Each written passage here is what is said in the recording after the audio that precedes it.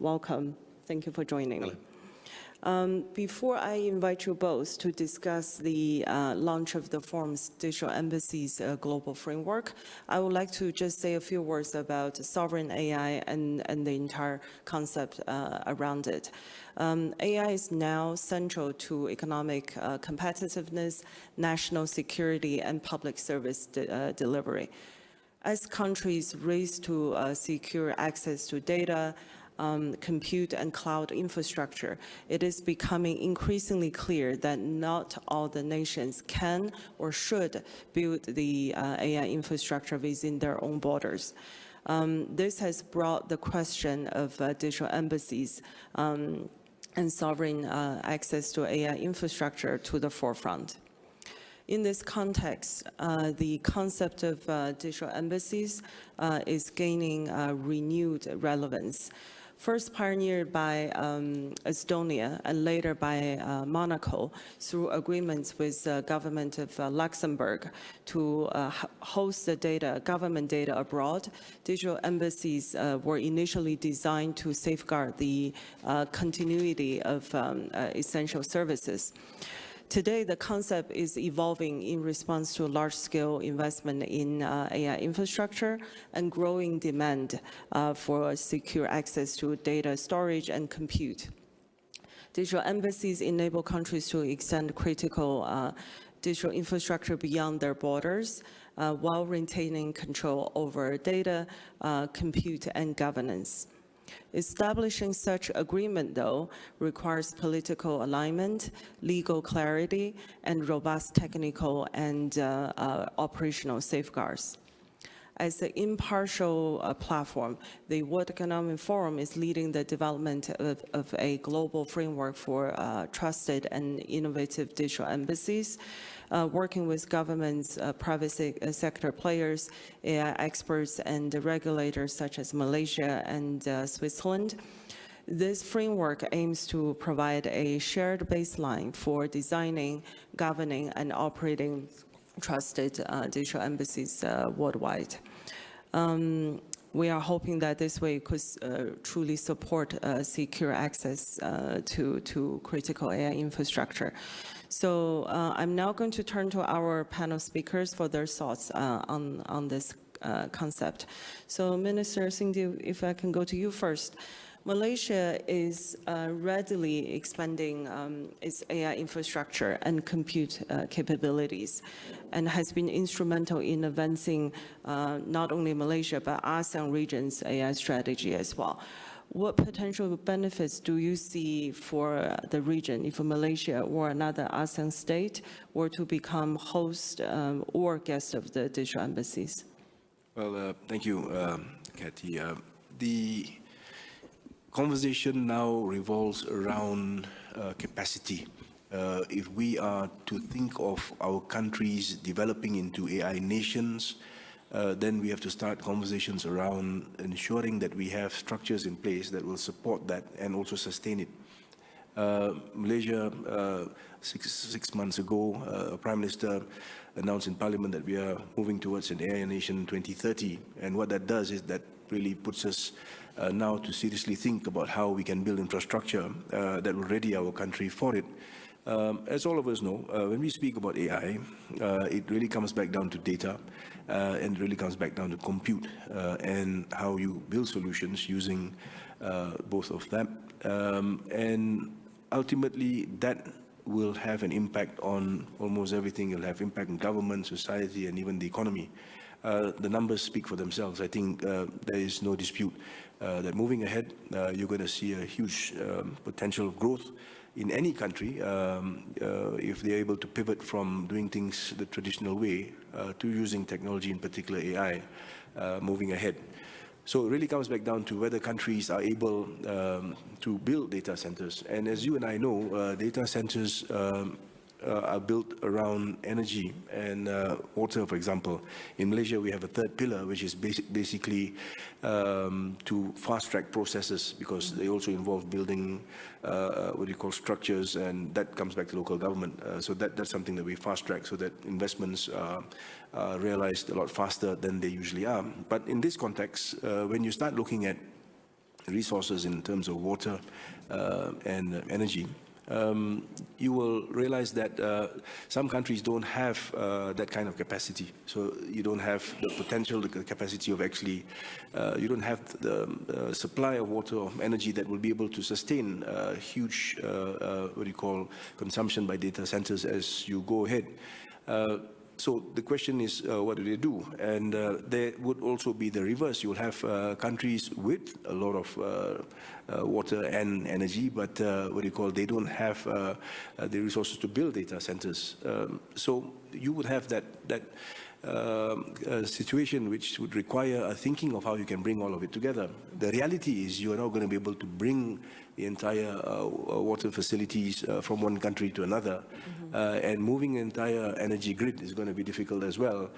So you might want to think about it in the reverse of how you can actually move the data center that a country would ordinarily build in its own jurisdiction to a different country, a host country. So if that happens, what we will see is we will be able to see data centers being built using resources that are currently available, and also that provides sustainability as well, because these countries would possibly have enough supply, what you call, to cater for demands in future as well. So it's in that context that we talk about where we currently are, and of course we look at projections moving ahead, and we realize that that's a gap that needs to be dealt with. So this conversation around digital embassies has become something that I think is of particular importance. Although I did say earlier, and I'll just make this point again, I think when we use the word embassies, there's a bit of concern, because people start to think that it's, what do you call, got to do with the current embassies that we have today, and diplomatic concerns and what have you not. I think we shouldn't worry too much about the label, but the substance of it is important. In substance, all of us agree that you will have a huge demand for data capacity as you go ahead. There will be countries that will need the resources. The resources are available, but they're elsewhere. So how do you now square the circle? So that conversation has led to a thinking that perhaps you can build these data centers in countries which have sufficient resources in terms of water and electricity, but you design guardrails around the data center so that your data is secure. And then you come back to the second conversation around sovereignty. This is also another broad conversation, but I think in context of having data centers built in host countries so that you are able to benefit from the resources that they can provide, it's really about making sure that you have access to your data and also control over it. And I think that is what needs to be fine-tuned. The details are something that we need to talk about. So this is why this discussion is upon the framework around it. And if you're able to take it beyond just one particular region, so ASEAN is one example. I mean, ASEAN now, we're talking about the ASEAN energy grid, for example, which again shows you how important it is to look at the possibility of being able to provide these resources across different countries as well. But that's a separate conversation. It really comes back down to us looking at guidelines that we can build globally, so that we can have this sort of understanding that in future, when this or the need for this arises, and it is already beginning to take shape, then you already have a certain benchmark guidelines that exist, which are agreed on by different countries, which you can actually import into the documentary requirements, so that you can actually move ahead with such arrangements quickly. You know, I think that's what we're trying to achieve with this. So it's conversation now, and I think an important conversation, and the timing's correct. Yeah, absolutely. And I would like to just build on that point as well. We're using digital embassy as a framing, but it doesn't mean that, you know, that will be the final framework and product per se. It's really because nowadays, embassies, you know, around the world, more or less, we all know how they operate. There's a shared baseline understanding. So that's what we're trying to do, to really just, you know, making sure that we all have the similar kind of mental framework when you think about that this space is secure, that you can fully trust the space, and in both in terms of operational and also other safeguards as well. But let me go to State Secretary Fasel.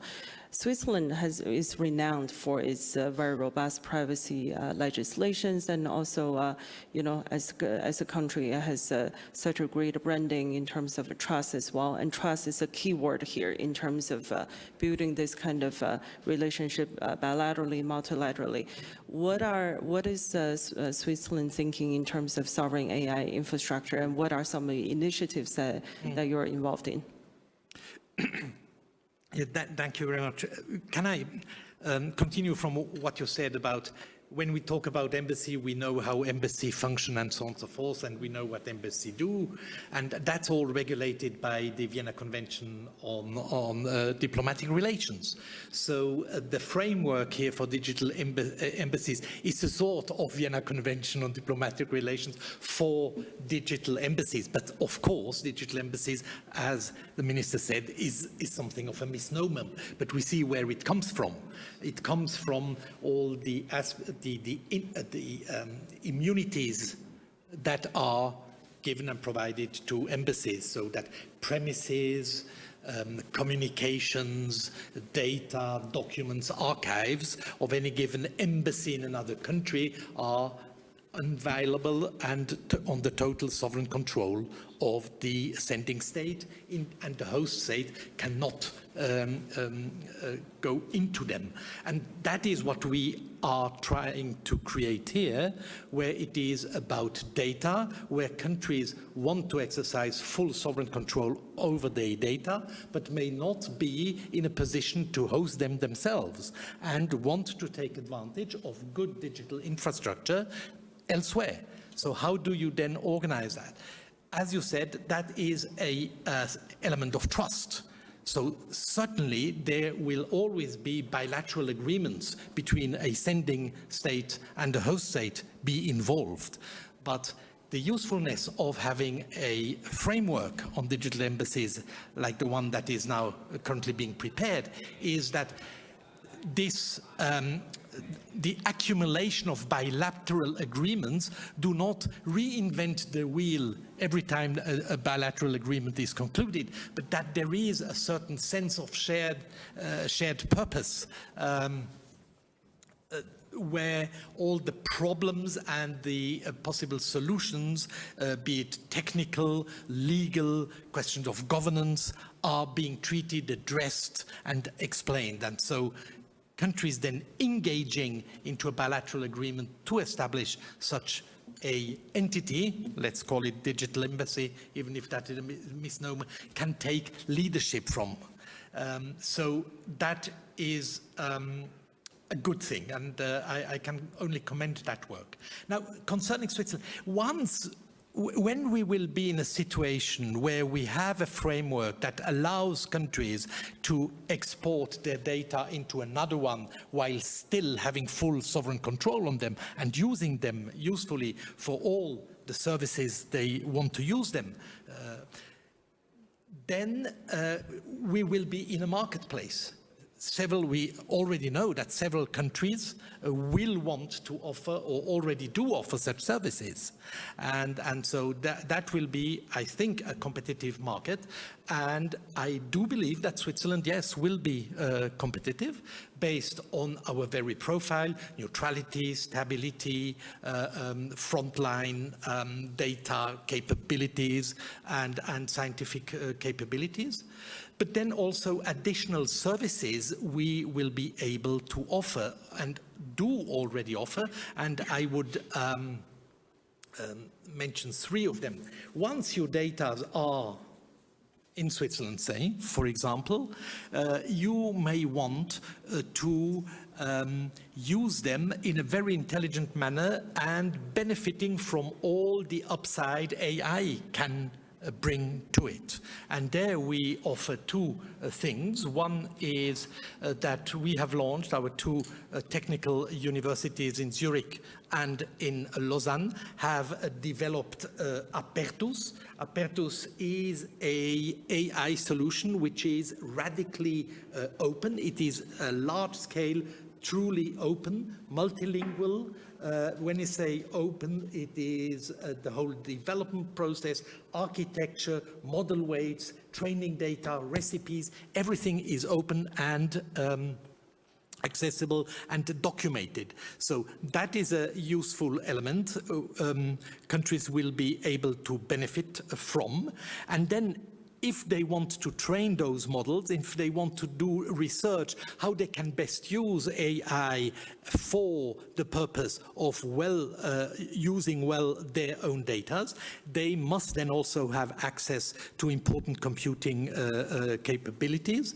And this also we offer. That is another project which we call ICANE, which is, let me be sure, International Computation and AI Network. That's the ICANE, with a leading computing facility in Lugano, which is, I believe, the most powerful supercomputer in any university of the world, to which you can gain access. And we have already states from Africa, Europe and Asia who are participating in that ICANE project.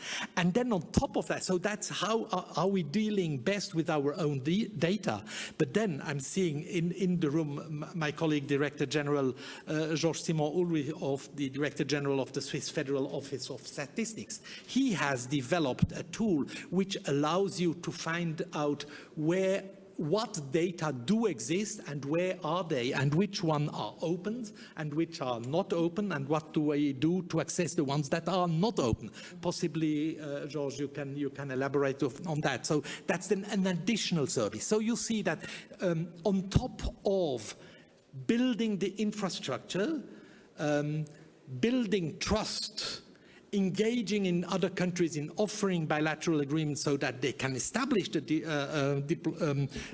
embassies, the digital embassies, that will be a quality differentiator amongst the competing nations who offer such services. What can you offer as an additional service to countries who decide to bring their data into your jurisdiction? So, yeah, that's an important point to make, because it's not simply about data storage, it's about access to AI workloads as well. So in the end, it is about access to AI itself, not only about data storage.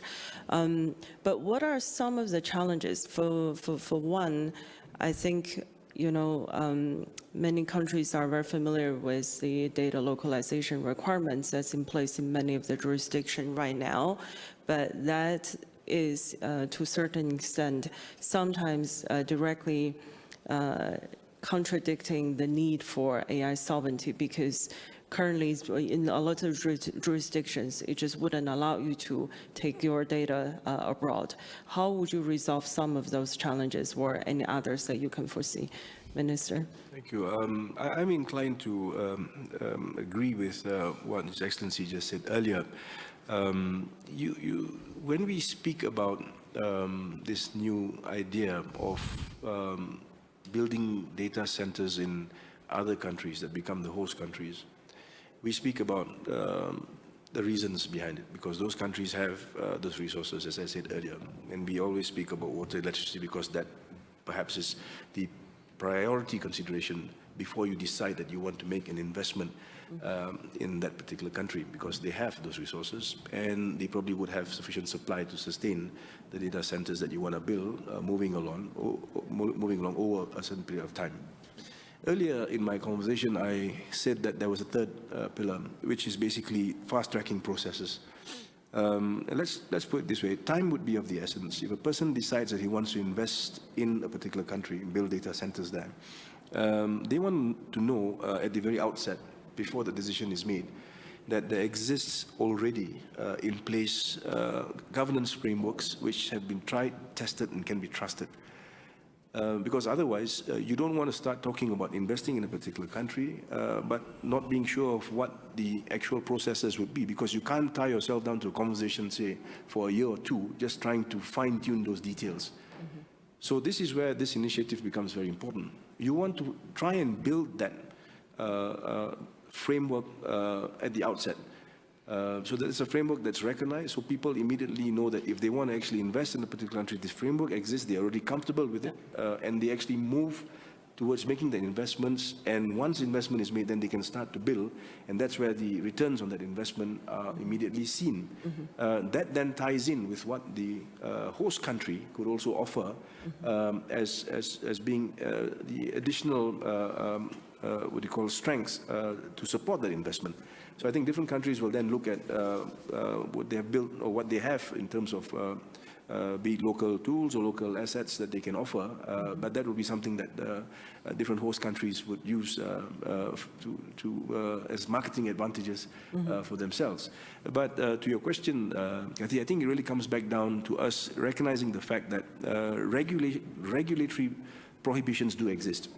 In order for us to deal with this, we need to identify those regulatory prohibitions in countries, particularly the host countries and also countries that want to make that investment.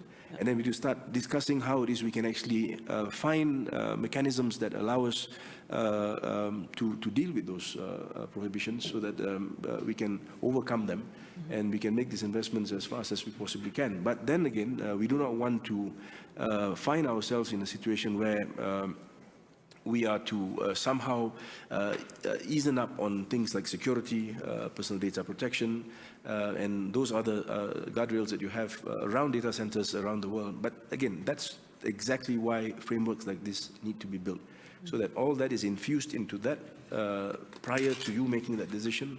And once you have those guidelines in place, you find a host country that's one that's able to comply with all of that, and you're comfortable with that, then it's a question of you making the investment and moving ahead with it.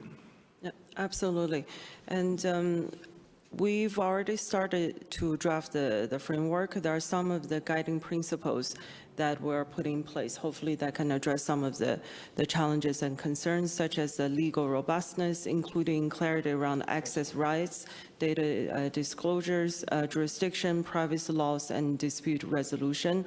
Interoperability is extremely important. High assurance operations and safety evaluation. Resilience by design, including permission to use end-to-end encryption without intermediary keys. Exit portability, also very important. Ensuring data and workloads can move without locking. So the list can go on, but again, to your point, the more we can prepare in terms of the potential scenarios, I think the more trust that we can put into the whole ecosystem, and everyone can benefit from that. Also, if I add, I think this would be pretty much a living document, which we improve as we go along as well, because as technology develops, there's probably more that we should be, or we could think about that would also fit into that list. Yeah, absolutely. We will also be doing some similar discussions and workshop around the solutions at the upcoming summit in India, which is also who's also very interested to be a host country and guest country at the same time. I wonder with Secretary Fasel, with Switzerland, I think due to host the summit after, is there any plan to already thinking about having access to sovereign AI infrastructure being part of the topics? We, as you say, we have put our name forward to host the Global AI Summit after India, so in 27. Our idea would be to host it back-to-back with the Global AI Summit for Good of the ITU. So that would be in early July 27 if we receive it. And then it's early days to say in which direction from content-wise we would go. We would certainly want to discuss AI from a value perspective and all the questions of digital sovereignty and what is needed in order to protect that plays into it. So yes, I would imagine that would be also an aspect of our summit in July 27, fingers crossed. Thank you. I think we have 5 minutes left. I'm going to just see if there are any questions from the floor.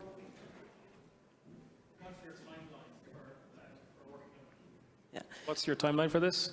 We do have a pretty rapid timeline. We're just discussing that because we, at the forum, we've been working on drafting this framework, both from, well, I would say from 3 layers of consideration: legal consideration, operational, and policy as well. So we're hoping to launch the draft framework in April at our special meeting in Jeddah. So stay tuned. We are doing the rounds of consultation right now with multi-stakeholders, and we hope that you can all take part in the consultation. Thank you very much. If you can say your name and title and... My name is George Simon Ulrich, Chief Statistician of Switzerland. There is a huge difference between text or picture data than from other data that we have in the government. Do you make a distinction of that? Because I think the task doing, or there is no language in data that what the government has. Do you have in your framework thought about that, and what would be the steps to getting a step further than we are today? Yeah, I think we are, so first and foremost, I think when it comes to data, the first question is data handling and data classification, because that is the #1 question the nations and governments will need to ask themselves. What do you consider to be absolutely confidential data that you will not move across the border, no matter what? And in this case, also the training data and inference. When it comes to training and inference, many countries have already made that decision to only keep training data and training itself within the border. Inference can be across border. So that will be the first layers of consideration we apply. But then, yeah, there will be details in terms of, text data, other multimodal data as well. And again, we would love to consult with you on that. Cathy, I have a question, if you allow. In this primer, probably you've seen it, that's the primer that was put forward for this annual meeting on the global framework for innovative and trusted digital embassies. And then you have the timeline. So the work is now being done. Then in April, you hope, and then what you call a socialization of the framework till the end of the year. But it stops there.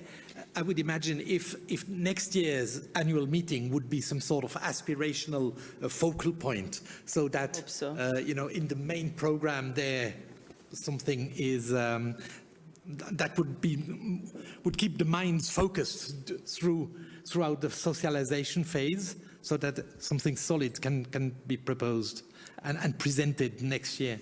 Yeah, absolutely. As an impartial platform, we're hoping to really also take in feedback through this, a 12-month consultation to see if there's indeed such demand. We believe so. We believe that ultimately this is better demand-aligned planning that will help us to tackle the issue of having access to sovereign AI infrastructure, and at the same time to make sure that we don't put too much burden in terms of energy on the planet as well.